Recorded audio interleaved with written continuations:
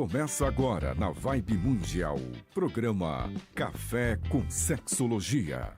Falando sobre sexualidade, saúde mental e relacionamentos de casais. Apresentação do psicólogo e sexólogo Oswaldo Rodrigues. Boa noite, pessoas.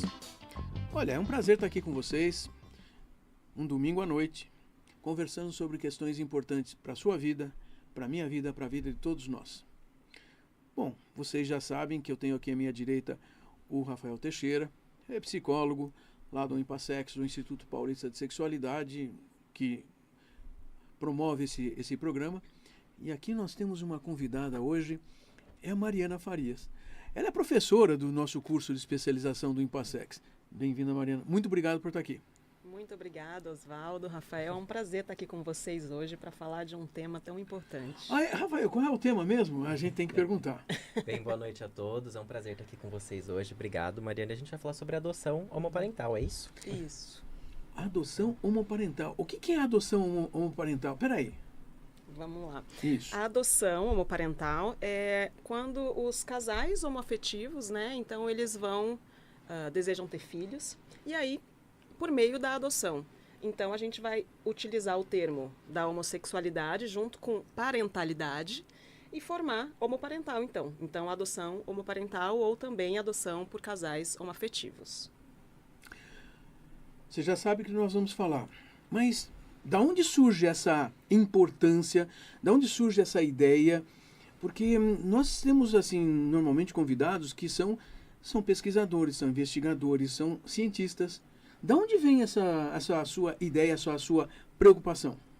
Então, Oswaldo, em 2005, né, eu estava pensando no projeto de pesquisa de mestrado, e eu estava fazendo um curso sobre psicologia jurídica e estava ouvindo uma das professoras, e ela, durante o curso, disse que era difícil, às vezes, fazer uma análise sobre os casais que queriam adotar e que se declaravam, né, como homossexuais, porque a gente não tinha literatura no Brasil sobre o tema. Então, para abordar esse tema, os profissionais, psicólogos, tinham essa dificuldade. Eu estava, então, pensando, né, no tema de pesquisa do meu mestrado e pensei, acho que é o tema que eu vou pesquisar, né? A gente precisa ter mais pesquisas na área. Naquele momento, a gente ainda não tinha um reconhecimento da união estável e do casamento homoafetivo no Brasil. Quando é que foi esse reconhecimento, Mariana? Foi em 2011 e 2013. Né? Eu fiz essa pesquisa em 2005. Isso é para a gente poder localizar também você historicamente. Nós estamos falando com uma profissional de saúde mental que está há bastante tempo trabalhando com a questão. Ela não está aqui oferecendo uma opinião pessoal, embora seja uma opinião profissional, é uma opinião profissional baseada em estudos e pesquisas científicas. Quero qualificar isso. Mas conta aí, vai contando porque eu estou gostando de ouvir. Então, Oswaldo, e aí foi muito interessante, né, naquele momento, fazer uma revisão da bibliografia, da literatura que tinha publicada. No Brasil, a gente tinha pouquíssimos estudos na área, dentro da psicologia, então, menos ainda. A gente tinha muitos estudos nos Estados Unidos, por exemplo, e aí lá nos Estados Unidos a gente tinha estudos com crianças e adolescentes que já conviviam com pais e mães homossexuais, e aí a gente tem um grande número de estudos internacionais que utilizavam algumas escalas, né, algumas avaliações para compreender o contexto ali da criança, e aí usavam uma comparação, como crianças inseridas ali nas famílias homoafetivas e crianças inseridas em famílias heteroafetivas. E havia uma comparação a respeito do desenvolvimento dessas crianças. E aí esses estudos vão tirando alguns mitos, que eu vou falar um pouquinho depois, né? Mas um dos mitos era o quê? Que essas crianças não iam ter uma socialização, um desenvolvimento saudável. Aham. E aí utiliza-se o quê? E aí tem uma problemática, né? Utiliza-se o quê? A comparação entre o desenvolvimento dessas crianças dentro dessa família ali, do casal homoafetivo, né? Com as crianças que eram criadas por casais heteroafetivos. E aí eles chegam à conclusão que basicamente não tem tanta diferença assim. E aí por que eu estou dizendo que existe uma problemática? Esses estudos são muito interessantes e muito bons para tirar tirar os mitos, né, de que as crianças vão ter problemas no seu desenvolvimento, de que as mães homoafetivas, né, as mães lésbicas, os pais gays, vão gerar algum tipo de problemática, e a gente tem a homofobia. Por outro lado, a gente está comparando com o ideal de família. Então, se essa criança tiver o mesmo tipo de desenvolvimento que as crianças criadas nos lares heteroafetivos, então está tudo bem. Então, é nesse sentido que a gente tem aí uma ressalva a se fazer também, embora esses estudos tenham sido muito importantes para tirar alguns mitos. Mas é então que você está dizendo, Mariana, que parte do pressuposto de que famílias heteroafetivas seriam normais, e se as crianças das famílias homoafetivas chegarem a este nível de desenvolvimento, então elas são normais, né? Aí a gente já tem essa problemática do preconceito. Isso, perfeito, Rafael. Sim. Olha só, mas você fez esses estudos lá na pós-graduação, mestrado, doutorado, e é isso, para quê? Eu quis contribuir, Oswaldo, com os estudos na área, né? E aí vou passar para o doutorado. Porque no mestrado eu trabalhei com os profissionais, né? Com os psicólogos que atuavam com essas famílias.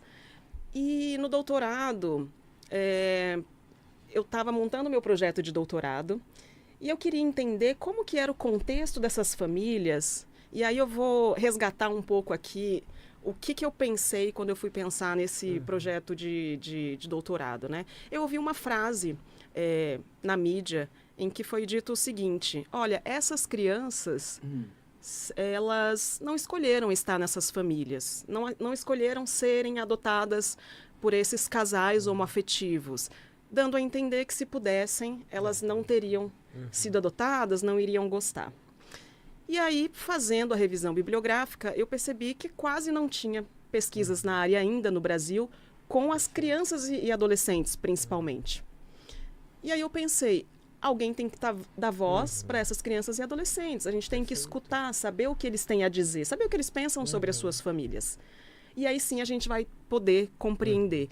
E aí também para trazer esses dados para trabalhar a política pública, né, de educação, a própria legislação, se existe uma proteção para essas famílias, se existe o preconceito, o que a gente precisa trabalhar também enquanto profissionais, enquanto sujeitos. Quer dizer, você ainda viu motivação para continuar estudando, já verificando outras vertentes. Você primeiro se preocupou com os profissionais de saúde, mas aí era necessário também ter a preocupação com crianças e adolescentes. Acho que é até importante colocar isso, né, Oswaldo? Porque o que a gente está dizendo, o que a gente tem muito dito por aí? Né? Adultos, então, interpretam que as crianças não gostariam desses pais. Né? Os adultos partem do pressuposto de que as crianças e adolescentes terão problemas de desenvolvimento por terem pais homoafetivos. E eu acho que o que a Mariana traz então vamos ouvir essas crianças e ver o que elas têm para dizer sobre isso. Né? Porque a gente precisa, então, saber se elas realmente escolheriam, né? O que elas pensam sobre essa família, o que é muito necessário. Sim, né? sim. Uau! Sim. Vocês estão nos ouvindo nessa noite de hoje, seja pela Rádio Vibe Mundial, ao vivo, pela rádio mesmo ou pelo YouTube. Também vão poder assistir esse programa no YouTube do Impassex, o Instituto Paulista de Sexualidade. E também, sim, você está vendo ao vivo no Instagram, Café com Sexologia. E você pode assistir também, ouvir nos streams de áudio, é isso, Rafael? É isso, Spotify. O Spotify é o mais comum. Mas vocês podem estar começando a ver. Daqui a pouco tem TikTok também, segundo estamos conversando nos bastidores aqui. Mas essa é uma ideia, exatamente, trazer você para cá hoje, para mostrar esta questão, eu considero que seja bastante importante, porque todos que estão nos ouvindo podem começar a compreender as razões pelas quais nós fazemos estudos e por que e como nós estamos aqui debatendo, discutindo, valorizando determinados assuntos. Porque não é que nós estamos valorizando um assunto porque a gente acha que é legal. Porque nós sabemos que é importante. Nós sabemos as consequências de lidar com essas circunstâncias, de saber e trabalhar com as pessoas que nos procuram, sim, nos procuram para auxiliar a lidar com essas questões. Eu estou gostando de ouvir isso. Você acha que, assim, os profissionais de saúde, tem diferença entre tipos de profissionais de saúde que, sei lá, mais facilmente trabalham com essas questões, ou outros que ainda nem começaram a trabalhar essa questão ainda? Eu penso que os profissionais de saúde, alguns profissionais, né, Oswaldo, eles acabam estudando um pouco mais sobre a questão da sexualidade. Eu estou falando disso porque, assim, nós Sim. somos 3 psicólogos conversando aqui sobre um Sim. assunto que diz respeito às nossas discussões dentro da profissão. E mesmo Sim. assim, não são todos os profissionais da nossa formação que se importam com essas discussões. E ainda, né, na própria formação, na graduação, a gente tem poucas ainda graduações que têm uma disciplina específica sobre gênero e sexualidade, sobre diversidade sexual e de gênero. Então, esse foi um dado também que apareceu na pesquisa inicialmente, quando eu trabalhei com os profissionais, que era essa falta de uma formação, seja formação na graduação, seja uma formação continuada, para que pudesse trabalhar as questões de gênero, de sexualidade, de diversidade familiar. E aí, quando a gente tem um conjunto de profissionais, né, que existe essa lacuna na formação. Por exemplo, outros profissionais, quando a gente vai para a educação, como é que a gente vai trabalhar a questão da diversidade familiar, diversidade de gênero, sexual na educação, se isso não está na formação? E é importantíssimo, né? Importantíssimo. E, Mariana, eu queria te fazer uma pergunta, então, né? Eu queria saber assim, levando em consideração, né, que a criminalização da LGBTfobia foi só em 2019, então você está contando de um período em que sequer se criminalizava qualquer ato LGBTfóbico. O que essas crianças e adolescentes falaram sobre a experiência delas com pais homoafetivos? Qual que foi o resultado que você encontrou dessa população? Certo. Eu entrevistei 23 crianças e adolescentes de 6 a 18 anos. A gente tinha um recorte ali de 6 a 17 anos, né? A gente tinha um recorte que era estar estudando, para que a gente pudesse também entender um pouco o contexto ali escolar. E aí teve uma diferença grande entre o relato dos pais, mães e das crianças e adolescentes. Então, os pais e mães tinham uma preocupação muito grande em relação aos filhos e filhas sofrerem esse preconceito. E relataram, né, situações de homofobia, mas que eles mesmos tinham passado. Não citaram tantas situações assim de crianças e adolescentes. Citaram, sim, algumas questões do preconceito racial, do preconceito da adoção e algumas situações de homofobia, né? Existiram, sim, algumas crianças que relataram algumas situações com os grupos sociais, os amigos, né? Mas que depois isso teria se revertido, né? Alguns pais, por exemplo, também relataram de um dos adultos não deixava que o filho brincasse com o seu filho, por essa questão da homofobia. Isso, por essa questão da homofobia. Agora, um dado que me chamou muita atenção e eu acho importantíssimo a gente destacar é que tanto para pais e mães quanto para crianças e adolescentes, o que eu percebi que me chamou muita atenção é uma diferença na vinculação, a valorização muito grande, né, assim, do vínculo afetivo. E uma diminuição ali da valorização hierárquica ali dos laços sanguíneos, né? Então, a questão da vinculação afetiva, tanto para os casais, dos casais com os filhos, né? E desses para com seus pais e mães, da afetividade, da vinculação. Que importância. E aí eu penso que tem uma questão também bastante importante da gente falar. É super importante a gente falar da questão do preconceito, da homofobia. A gente está num contexto social em que a população LGBTQIA+, sofre muito preconceito, muito grave. Mas a gente também, eu acho que tem que olhar para as potências desses afetos, né? Para as potências dos momentos ali que geram essa afetividade, essa alegria, algumas realizações, porque eu penso que quando a gente tem um grupo que oprime e um grupo que é oprimido, e a gente tem essa alegria, essa felicidade, a gente costuma ouvir às vezes que fervo também é luta. Sim. E eu entendo que fervo, sim, alegria é luta, porque quando a gente rompe com esse lugar, de sofrimento, não só sofrimento, né? Tem o sofrimento. A gente tem o sofrimento da violência que passa, do preconceito, sim, e a gente tem que enfrentar isso. Mas a gente também tem as alegrias e é importante que a gente possa se permitir viver essas alegrias, estar nesses lugares que talvez a sociedade diga que a gente não poderia estar. Sim, e Então, é um ato de resistência, né? É um ato de resistência, Perfeito. sim. E isso rompe um pouco essa ordem social, esse status quo.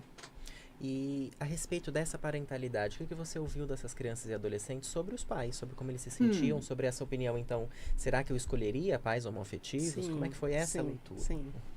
Foi, assim, muito interessante, muito emocionante fazer essa pesquisa, né? Porque o que eles falaram são coisas que crianças e adolescentes falam, independente das famílias, né, em que elas estão, assim. Então, eu fazia, por exemplo, uma pergunta, o que elas mais gostavam na família, e era estar junto, brincar, passear. E tinha uma outra pergunta que era o que você menos gosta na sua família. E aí eu achei que talvez poderia aparecer aí, né? Eu não gosto quando briga comigo, quando tem regras, né? Coisas que a gente também não gosta, né? São difíceis, né? Mas em nenhum momento apareceu a fala de eu não gosto de ter 2 pais ou 2 mães, né? No relato dos pais e das mães, eles me disseram que houve situações em que alguns filhos e filhas questionaram por que não tinham. Por que eu não tenho um pai? Por que eu não tenho uma mãe, né? Então, essa fala aparecia. E aí, eu acho que isso remete para uma violência social muito grande, que é a idealização da família patriarcal, heteronormativa. Porque se essas crianças não têm acesso a outros modelos de família, nas suas vivências, na escola, na mídia, no livro, na televisão, né, nos filmes que está assistindo, poxa, será que a minha família não existe? Será que tem outras famílias iguais às minhas? Então, a questão não é a família, o casal homoafetivo, esse não deveria ser o questionamento. O questionamento deveria ser por que a sociedade não inclui e não protege essas famílias? Por que a gente não tem materiais? Por que a gente não está na escola trabalhando com essas diversidades, não só com as famílias homoafetivas, mas com todas as diversidades? Porque é isso que gera o preconceito e a violência. Então, o que você conta pra gente, Mariana, é, dentro da pesquisa, pais e mães relataram alguns episódios de violência, né, e LGBTfobia, até por uma preocupação do adulto em relação a como é que essa criança vai ser recebida, vai brincar com outras crianças, mas nenhuma das crianças ou adolescentes colocou em questão o fato de terem 2 pais ou 2 mães. Não, para essas muito crianças pelo ou contrário. adolescentes não é um problema ter Não. esses pais. O que vem talvez é uma dúvida no sentido de por que eu tenho 2 pais ou 2 mães, mas é o que a gente já estuda, né, Oswaldo, no sentido de o quanto faz parte do desenvolvimento da criança perguntar sobre o mundo. Por que isso é assim, por que não é? Então, não é no sentido de questionar a relação, mas de entender, mas por que é diferente? Mas me explica. E é nesse sentido que é muito, acho que vai completamente contra a fala que você disse de que essas crianças talvez não escolheriam. Sim, essas perfeito, perfeito. Porque o que elas mostraram, assim, nos relatos foi muita alegria, muito afeto por estarem nessas famílias. E o que os pais e mães também me contaram, muito interessante, né? É que, em algumas vezes, essas crianças perguntavam, né? Mas você é casado com o papai, né? Ou com a mamãe? Vocês... E era apenas uma pergunta. Sim, dúvida. somos. Tá bom, vamos comer uma bolacha? Perfeito. Né? Então, assim, uma pergunta do dia a dia, deixa eu perguntar isso daqui. Exato. Então, não tem o preconceito que a gente, enquanto adulto, já internalizou, já aprendeu. A gente tem comentários excelentes aqui, Oswaldo evoluiu pra gente. A Nívia comentou assim: assisti a dissertação de mestrado e a defesa de doutorado, e são trabalhos extremamente necessários. E se a temática da adoção homoparental é pouco estudada na psicologia, imagina no direito. Juízes e promotores precisam desses estudos. Pois é. Eu acho que a gente precisa estar sempre buscando essas interações com outras profissões, com outras áreas de atividade, mas sempre tem novos profissionais que se não estudaram antes, nem na universidade, nem na sua formação básica, fica difícil de querer se aproximar de um assunto que nem sabia que existia. Então, eu já tenho que agradecer você estar aqui hoje para trazer essa discussão e retomar essa conversa através de outros aspectos que têm uma importância grande. A sua atuação nesse campo ele não é só importante, é necessário a gente falar mais dele, porque você está contando que se nós falarmos mais dessas questões, as crianças também vão poder ter respostas ou organizar-se melhor. E os pais e mães que estão nessas condições homoparentais também precisam de apoios sociais, organizacionais, para que compreendam, de toda maneira, esses casais são representantes da sociedade e, nesse sentido, vão levar todas as informações que eles também veem na sociedade. Então, essas crianças aprendem muito uma questão variada. Não é que eles vão ser condicionados a uma visão de mundo restrita. Muito ao contrário. O que a gente sabe é que existe toda uma percepção variada desse mundo. Mas você já sabe que nós estamos aqui falando já há bastante tempo, né? Então, assim, uma das coisas eu queria pedir para você, Mariana, assim, fazer um fechamento para a gente, mandar uma mensagem, sei lá, especial para quem está ouvindo, algo que seja importante para que eles também, quem está ouvindo, participe dessas discussões daqui para frente. Bom, primeiro eu acho que o que você colocou, Oswaldo, em relação à divulgação dessas informações, né? Então, estar aqui nesse programa hoje com vocês é extremamente gratificante para mim, porque eu penso que a gente precisa divulgar essas informações para que as pessoas conheçam, para que as pessoas busquem mais informações e para que a gente dê visibilidade e tenha representatividade. Então, que essas crianças e adolescentes possam se ver, né, na mídia, nos livros, que quem tiver interesse busque informações, que conheça, que fale com outras pessoas, né, para que as famílias diversas, para qualquer diversidade, a gente possa falar, para que não tenha tabus. Isso é importante, para que a gente possa sempre incluir. E eu penso que quanto mais pesquisas e materiais a gente tiver, participação em movimentos sociais, né? Tem grupos de apoio, tem alguns documentários sobre o assunto, alguns livros paradidáticos, e isso é super importante. Tem alguma ideia a mais sobre, então você falou, indicações de leitura, livros paradidáticos? Tem alguma coisa que você queira deixar aí já para as pessoas? Tem um documentário que eu gosto que chama Meu Afeto Te Afeta. Então traz alguns relatos de algumas famílias. Onde a gente encontra isso? No YouTube. Pronto. Pode procurar lá. Excelente. E acho bem interessante. E é tão necessário, né, Oswaldo, a gente ter esse tipo de material, né, tanto para pessoas que não pensam sobre o assunto e queiram entender, para casais que queiram fazer a adoção e que têm dúvidas, até porque esse tipo de dúvida de qual que vai ser o impacto sobre esse desenvolvimento é tão enraizado em pessoas LGBT, né, será que a gente vai causar um problema? E é tão necessário trazer essa discussão no sentido de o afeto e o amor que se constrói nessa família é muito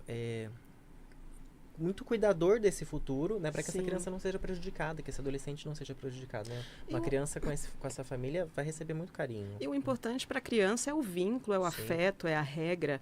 A competência parental, né, as habilidades parentais não estão relacionadas com orientação sexual, né? Então uma coisa não tem a ver com a outra. Exato. Então os mitos que a gente tem em relação a essa criança não vai ter um desenvolvimento saudável, esses pais ou essas mães iriam fazer algo contra essas crianças, né? Isso tudo cai por terra, não só em relação à minha pesquisa, mas muitas outras pesquisas internacionais que a gente já tem. Esse então a gente não se sustenta não mais. se sustenta. A Carla Zelli deixou um comentário aí, né, Rafael? Comentou, Oswaldo, ela comentou que assim, né? Que diz respeito a adultos organizados, não crianças organizadas e amadas por esses adultos. Exatamente. Que legal estar aqui com vocês essa noite. Tivemos uma conversa super gostosa, super importante. Rafael, lá no Impassex nós vamos ter curso o ano que vem? Vamos ter curso, Oswaldo. As inscrições estão abertas para o curso de especialização em sexologia aplicada no site impassex.com.br. Se precisar qualquer dúvida, é só entrar em contato com a gente pelo WhatsApp que tem no site. A gente sempre avisa todo mundo, porque tem muitos profissionais de qualquer área que podem fazer esse curso, querem fazer esse curso, precisam fazer esse curso, porque esse é um dos assuntos que nós discutimos. Esse é um dos assuntos que a Mariana Farias é professora do nosso curso, trazendo exatamente essa discussão. E profissionais de qualquer área, né, Oswaldo? Não precisa ser da psicologia. Gente, eu quero convidar vocês para estar todo domingo à noite aqui. E todo domingo à noite, vocês podem estar aqui e ouvir nossas discussões, boas discussões. Pode ser? Semana que vem, 8h30 da noite, tem de novo. Então, eu conto com vocês. Gente, até mais então, domingo. Tchau.